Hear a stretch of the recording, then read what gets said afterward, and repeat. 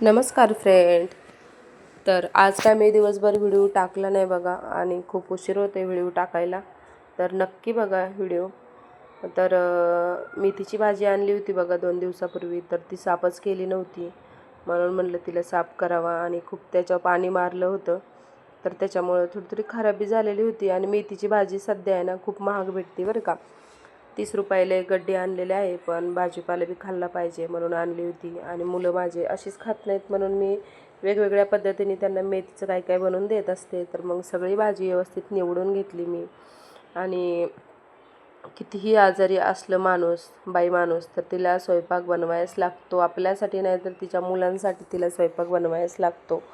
कारण माझी 2-4 दिवसापासून बिलकुलही तब्येत ठीक नाही आहे आणि आवाज पण खूप असा बसलेला आहे. त्याच्यामुळं मग म्हणलं आता स्वयंपाक चुकणार नाही आणि बनवायच लागणार आहे. तर मग छानपैकी असं ठेचा बनवून घेतला. त्याच्यासाठी मिरचीचा हिरवी मिरची लसूण असं टाकून आणि त्याचा गरगटा करून घेतला. आणि मेथीची भाजी एकदम बारीक चिरून घेतली, मग शिजायला टाकली मुगाची डाळ सोबत. आणि त्याच्यामध्ये शेंगदाण्याचं कूट ते असं गरगटा करून घेतला त्याचं छान असं सगळं एकजीव.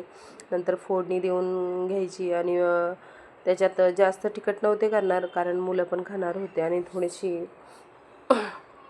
जिरे टाकले त्याच्यामध्ये. खूप जास्त लसूण टाकायचं, मग टेस्टी येते.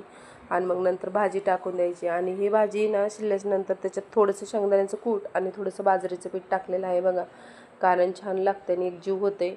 आणि थोडी पातळच राहून द्यायची, खूप छान लागते बघा. सुकी तर कोणी पण बनवून खातं, अशी बनवून खायची, खूप छान लागते. आणि बाजरीच्या भाकरीसोबत खूप छान लागते. पण मी भाकरी नव्हत्या केल्या, कारण मुलं भाकरी खात नाहीत. आणि एकच करायचं, त्याच्यामुळे एकच बनवलं तर चपात्या. चला, छान अशी भाजी बनवलेली आहे.